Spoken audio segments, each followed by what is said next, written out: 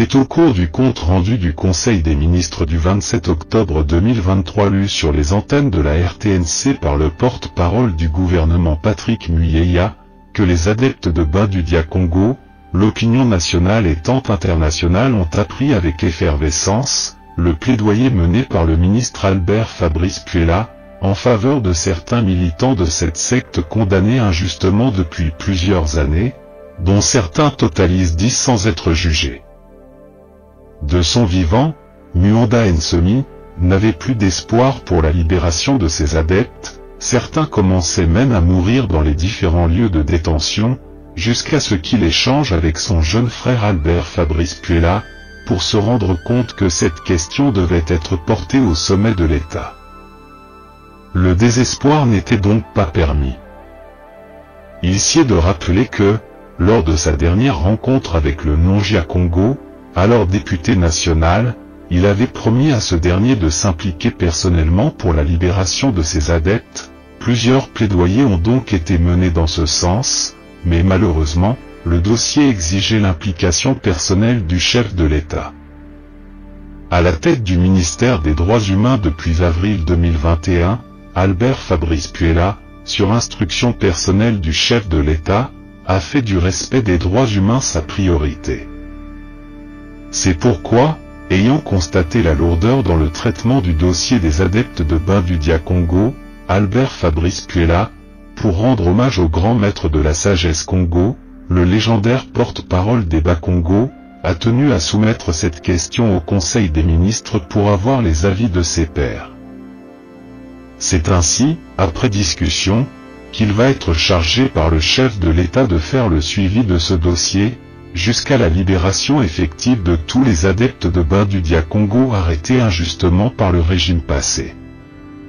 Compte rendu de la 117e réunion du Conseil des ministres. Le président de la République, chef de l'État,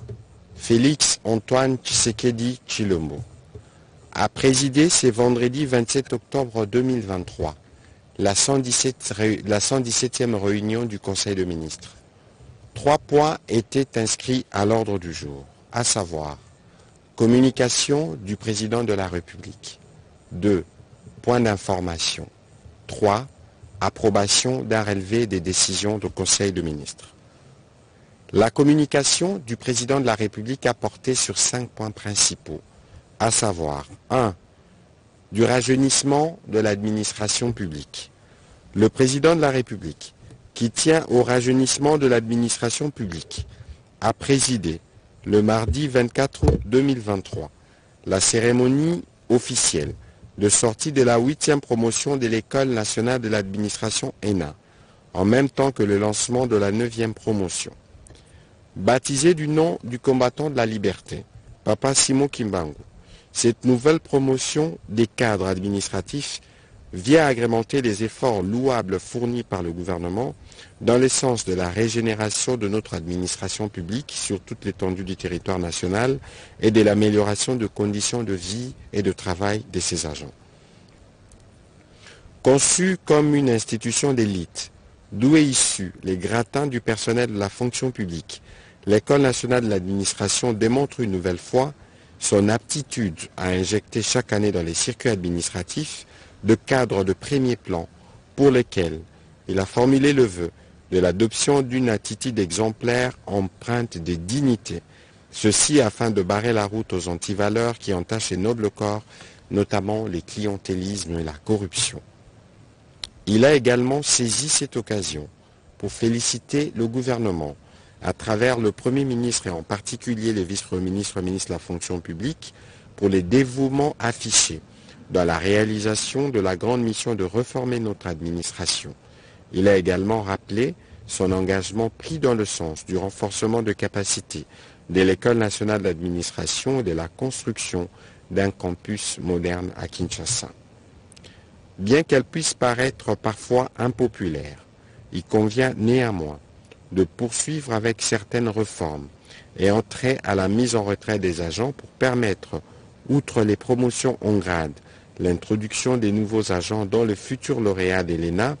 À cet égard, il a instruit le vice-premier ministre et ministre de la fonction publique de mettre tout en œuvre pour perpétuer la marche du train de réforme et de garantir une bonne formation de ces jeunes cadres de l'administration publique. 2. De l'évaluation de la filière industrielle de recyclage de matières plastiques dans la ville de Kinshasa. Si les déchets deviennent de matières premières rémunératrices, le président de la République a fait le constat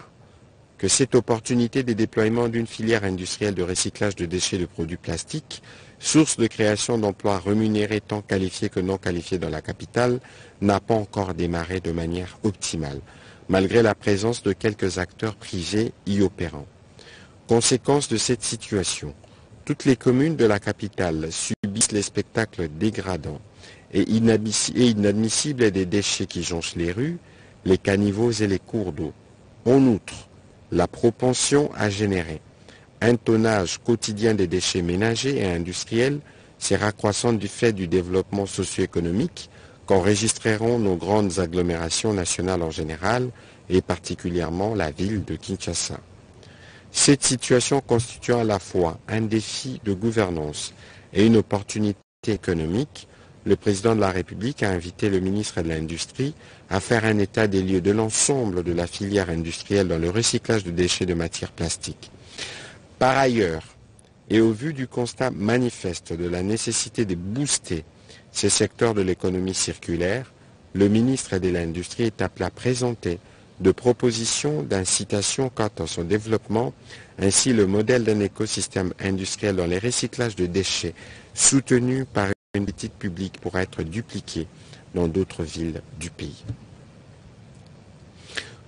Le troisième point de la communication du président de la République a porté sur les efforts des régies financières pour soutenir la mise en œuvre de projets prioritaires du gouvernement. Le président de la République encourage les efforts des régies financières dans la mobilisation de ressources nécessaires attendues au dernier trimestre 2023 pour la mise en œuvre efficace de projets prioritaires du gouvernement. Pour ce faire, ces efforts de régie devraient se traduire par la mise en œuvre de mesures visant à optimiser le rendement des recettes, à réduire les coûts des gestions, à sécuriser les opérations et à lutter contre la fraude et l'évasion fiscale. Il devrait également contribuer à renforcer la confiance et les consentements des contribuables à l'impôt en leur garantissant un service public efficace, équitable et respectueux de leurs droits. Le président de la République a recommandé le renforcement du dialogue et de la coopération entre les régies financières et les autres acteurs impliqués dans la collecte des recettes pour vider tous les contentieux valides et exigibles afin d'amener tous les assujettis fautifs qui refusent de s'acquitter de leurs obligations vis-à-vis du Trésor public à payer les droits éludés et les amendes même de façon échelonnée. Le ministre des Finances a été chargé d'inviter les sociétés concernées à se comporter en entreprises citoyennes en respectant la procédure et les cas échéants en s'acquittant des amendes et pénalités du fait de leur comportement contraire à la loi. Au besoin, les contacter pour obtenir l'engagement à payer leurs dettes dans les plus brefs délais en vue de soulager la trésorerie de l'État qui fait face à des fortes pressions liées notamment aux dépenses sécuritaires et électorales. Le quatrième point de la communication du président de la République a porté sur le rappel sur l'évaluation du programme de contrôle avant embarquement de produits importés. En exécution des instructions faites à la Commission économique et finances du gouvernement lors de la 101e réunion du Conseil de ministres du 9 juin 2023, le président de la République a reçu le rapport d'évaluation du contrat conclu entre BIVAC et l'Office congolais de contrôle OCC en vue de ressortir les forces ainsi que les faiblesses pouvant permettre à notre pays de se conformer aux exigences internationales. Il en ressort que le contrat de monopole signé entre les deux parties présente beaucoup de failles qui rendent son application très complexe et dont le taux d'exécution, après plusieurs années, est estimé à moins de 35%. Au regard de la dimension de notre pays, mais également pour des raisons de conformité avec les recommandations des organisations dont la République démocratique du Congo fait partie, notamment l'OHADA et l'Organisation mondiale du commerce, le président de la République a chargé l'inspection générale des finances de diligenter une mission à l'Office congolais de contrôle en vue d'évaluer les manques à gagner enregistrés tout au long de l'exécution de ces contrats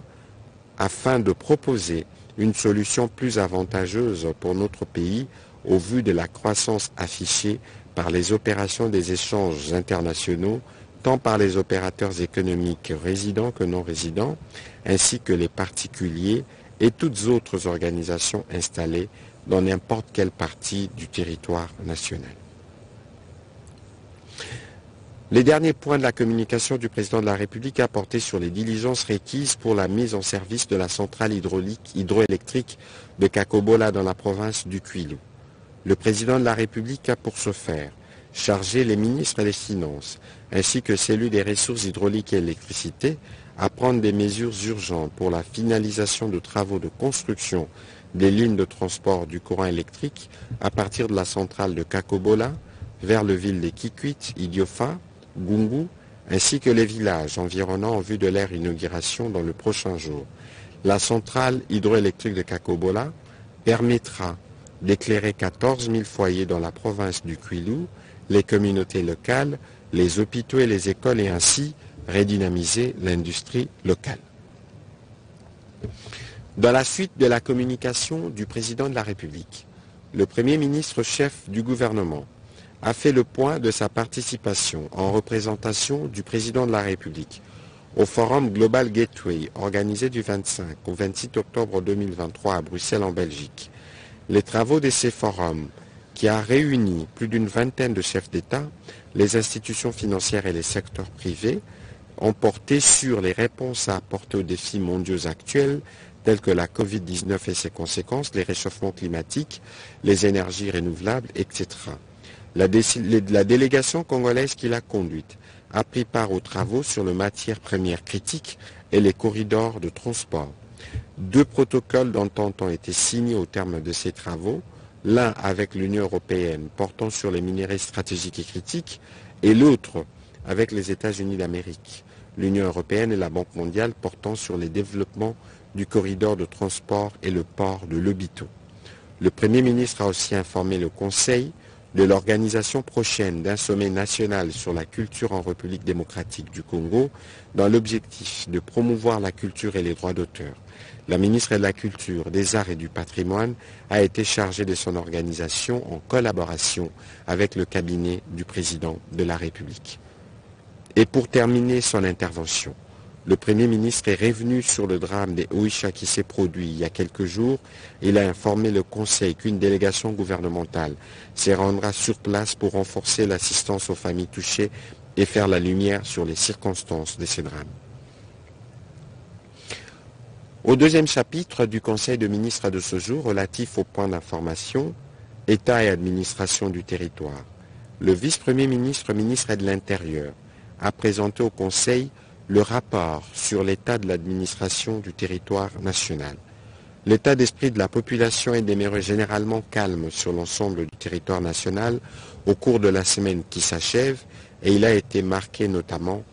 par la consternation de l'opinion concernant les bilans de massacres perpétrés par les terroristes du M23 RDF dans les territoires de Rutshuru, la satisfaction de l'opinion suite à la rentrée judiciaire de la Cour constitutionnelle, dont le discours était centré sur les thèmes du contentieux électoral, rencontrant ainsi les attentes de l'opinion en rapport avec le processus électoral et les échéances à venir, l'intérêt qu'accorde la population au déroulement des affrontements entre les résistants patriotes Ouazalendo et les terroristes du M23 RDF, en rapport avec le processus électoral. Le vice-premier ministre, ministre de l'Intérieur, a fait le point de la mission de la Commission économique des États de l'Afrique centrale, conduite par M. Mangara Banté, commissaire aux affaires politiques, paix et sécurité, qui a séjourné à Kinshasa.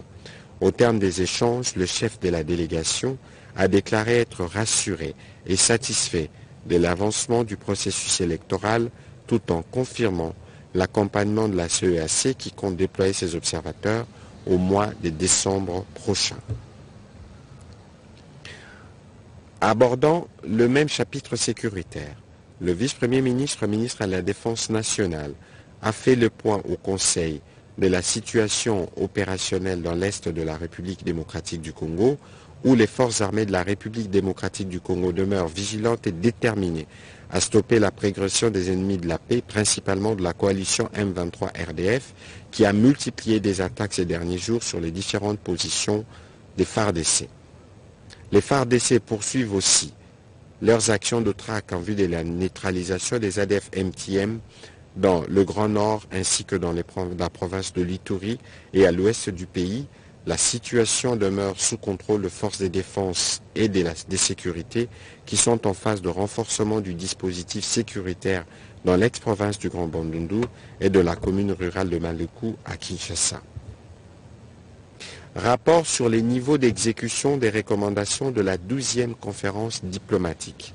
Le vice-premier ministre, ministre des Affaires étrangères et francophonie,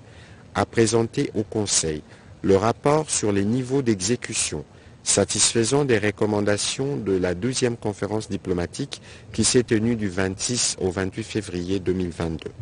Il a rappelé qu'à la clôture des travaux, ces recommandations étaient au nombre de 89. Cependant, après toilettage, harmonisation et fusion par les comités ad hoc, elles ont été ramenées à 54, dont 29 ont été retenues dans ces rapports d'exécution et suivi en raison de l'importance de matière auxquelles elles s'y rapportent et leur impact sur la politique extérieure de la République démocratique du Congo.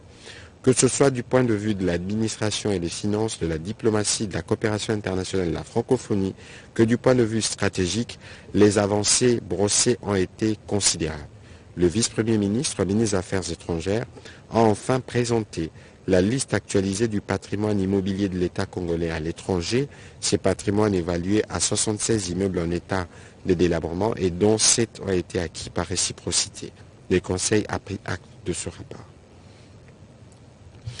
Information sur la tenue du dialogue sur les financements de développement.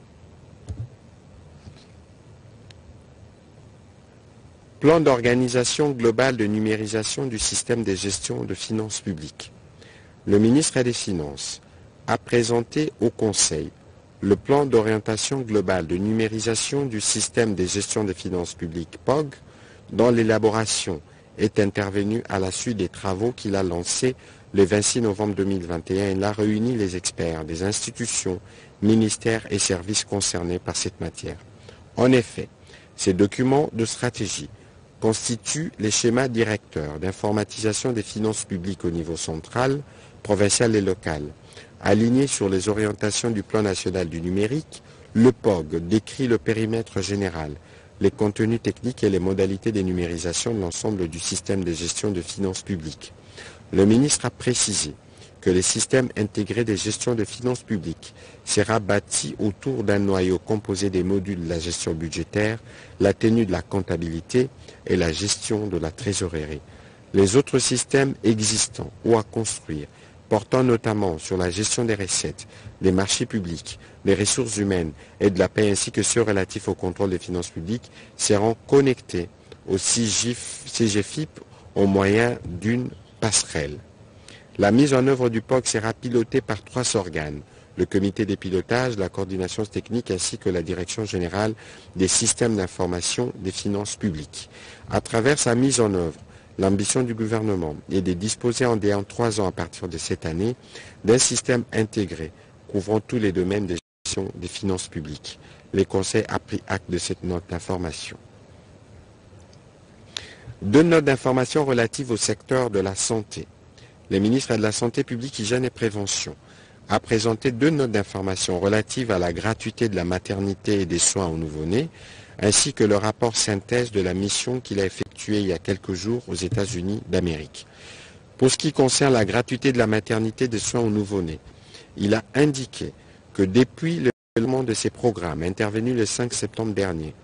256 établissements de soins sur un total de 356 accrédités ont rapporté au 17 octobre 2023 une complétude des données de 72% des structures ayant démarré effectivement la gratuité des accouchements et des soins aux nouveau-nés.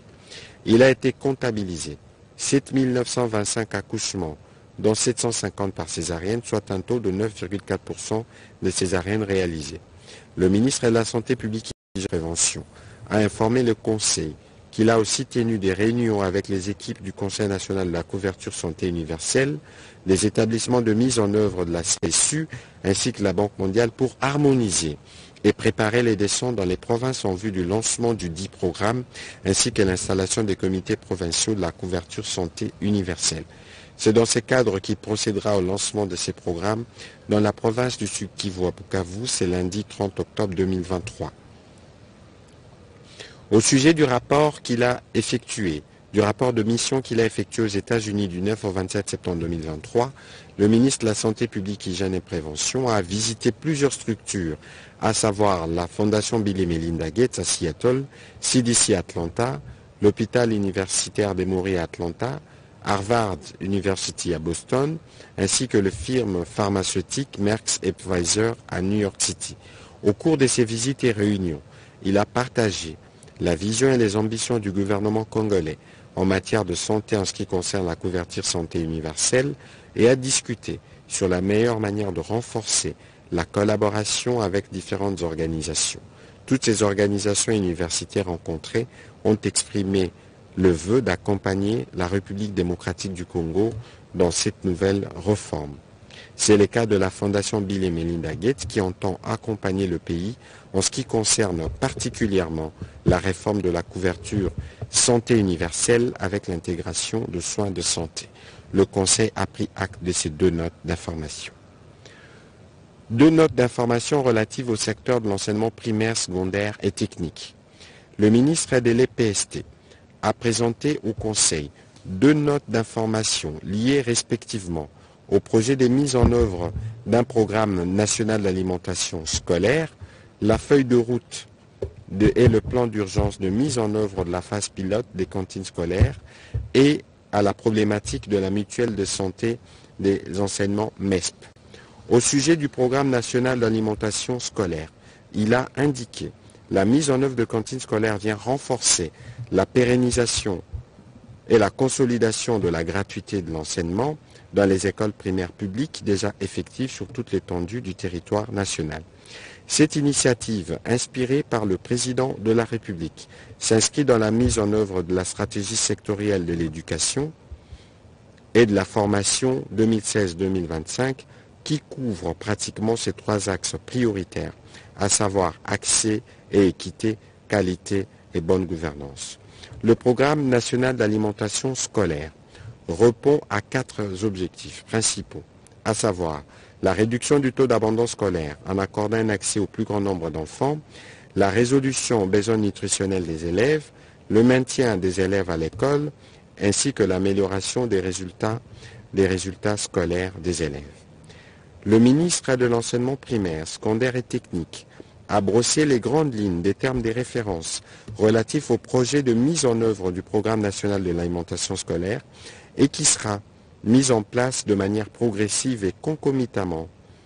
avec l'exécution du plan d'urgence de mise en œuvre de la phase pilote des cantines scolaires, de la feuille de route de la mise à l'échelle du programme national de l'alimentation scolaire et du plan d'urgence de mise en œuvre de la phase pilote des cantines scolaires. Il a précisé que la phase pilote de la mise en œuvre démarre dans les 5 provinces éducationnelles de la ville de Kinshasa pour un total de 6643, dont 6480 élèves et 113 enseignants de 11 écoles retenues suivant les critères ci-après. Écoles périphériques, écoles dans les camps militaires ou dans les camps des policiers, écoles à faible effectif. Quant à la problématique de la mutuelle de santé des enseignants, MESP, le ministre de l'enseignement primaire, secondaire et technique a porté à la connaissance du Conseil les multiples plaintes des enseignants relatives à la mauvaise qualité des services offerts par cette mutuelle. À ces réclamations s'ajoutent des doutes légitimes sur la bonne gestion des fonds alloués chaque mois par le gouvernement de la République à cette organisation. Cette question a d'ailleurs fait l'objet d'une des revendications au cours des assises de Mouela où les enseignants, à travers leurs syndicats, avaient demandé au ministre d'auditer la gestion de fonds reçus par la MESP. Face à cette situation, il a été préconisé des pistes des solutions susceptibles à la fois de garantir de soins de santé optimales aux enseignants et à leurs dépendants et en même temps s'assurer de la bonne gestion des fonds décaissés mensuellement par les trésors publics en faveur de la MESP, aux fins de contribuer substantiellement à l'amélioration des conditions socio-professionnelles de l'enseignant pour un enseignement de qualité. Le Conseil a pris acte de cette note d'information. Participation de la République démocratique du Congo à la 25e Assemblée générale de l'Organisation mondiale du tourisme à Samarkand en Ouzbékistan. Le ministre du Tourisme a fait le point de la participation de notre pays à la 25e session de l'Assemblée générale de l'Organisation mondiale du tourisme qui s'est tenue le 19 octobre 2023 à Samarkand en Ouzbékistan. Il a annoncé au Conseil qu'au terme de ces assises, notre pays a été élu pour la première fois de son histoire au poste de premier vice-président du Conseil exécutif de l'Organisation mondiale du tourisme grâce à la diplomatie agissante du président de la République Félix Antoine Tshisekedi Tshilombo. Les postes de deuxième vice-président de cet organe ont été respectivement raflés par l'Arabie Saoudite et le Jamaïque. Par cette élection, la République démocratique du Congo a la lourde responsabilité de représenter, de porter la voix de l'Afrique au sein de cette organisation, étant donné que c'est le seul pays africain qui siégera au Conseil exécutif de l'OMT. Au regard de principaux sujets qui sont discutés au bureau du Conseil exécutif, notamment les investissements pour le tourisme mondial, la promotion du tourisme et l'orientation ainsi que les priorités du tourisme mondial, la présence de notre pays dans cette première sphère décisionnelle sera mise à contribution pour en faire une meilleure destination touristique. Le Conseil a pris acte de cette note d'information. Plan de contingence pendant la période électorale. Au nom du ministre des Affaires sociales, Action humanitaire et solidarité nationale en mission, le ministre de la Santé publique, Hygiène et Prévention a présenté au Conseil le plan de contingence pendant la période électorale. Il vise à apporter une réponse humanitaire prompte aux éventuelles catastrophes en vue d'une mise en place des stocks stratégiques en réponse aux catastrophes et situations d'urgence prévisibles et la promotion des dons comme un des mécanismes de mobilisation de ressources pour financer la réduction des risques de catastrophes et l'assistance humanitaire. En effet, les derniers trimestres de l'année est caractérisé par des pluies multiples et des inondations qui occasionnent des dégâts qu'il faut anticiper les besoins et partant prépositionner des kits humanitaires stratégiques pour améliorer la promptitude de la réponse en cas de besoin. Les sites ciblés sont les suivants. Poule de Goma qui couvrira la province du Nord Kivu, Maniema, Sud Kivu, les poules de Bunia pour la grande province orientale, le pool de Kananga, le pool de Lubumbashi et le pool de Kinshasa. Le ministre de la Santé publique, Hygiène et Prévention a commenté les tableaux illustratifs des besoins pour l'amélioration de la réponse aux éventuelles urgences humanitaires et les estimations des coûts trimestriels irrélatifs. Il a rappelé que la mise à disposition d'une provision comptant pour le troisième trimestre 2023 via la Caisse nationale de solidarité des gestions humanitaires de catastrophes a permis de répondre à temps à quelques catastrophes prioritaires. Il s'agit entre autres de la réponse de l'incendie de Kalufungu à Kinshasa, les incendies déclarés dans les territoires des Demba, Dibaya, Kazumba et Luisa dans la province du Kasaï central, du naufrage de HB Bénédiction dans les territoires d'Oshwe dans la province de Maïndombe, les incendies dans les territoires de Haleé et Fizi dans la province du Sud Kivu, ainsi que les victimes du glissement de terrain à Lissala dans la province de Mongala. Avant de clore ces chapitres de points d'information, le président de la République a accordé la parole au ministre des Droits humains qui a plaidé pour la libération des adeptes de Bundu Dia Congo, dont plusieurs ont été relégués à la prison de Angenga dans la province de la Mongala et d'autres retenus à Ndolo et à Makala. Les dossiers étant déjà en cours, le ministre des Droits humains a été chargé d'en assurer les suivis pour la matérialisation de leur libération dans le jour qui viennent et dans les respects de la procédure. Au troisième chapitre du Conseil de ministres de ce jour, relatif à l'approbation d'un relevé des décisions du Conseil de ministres, le Conseil de ministres a adopté le relevé des décisions prises lors de sa 116e réunion tenue le vendredi 20 octobre 2023. commencé à 14h29. La réunion du Conseil de ministres a pris fin à 19h36. Je vous remercie.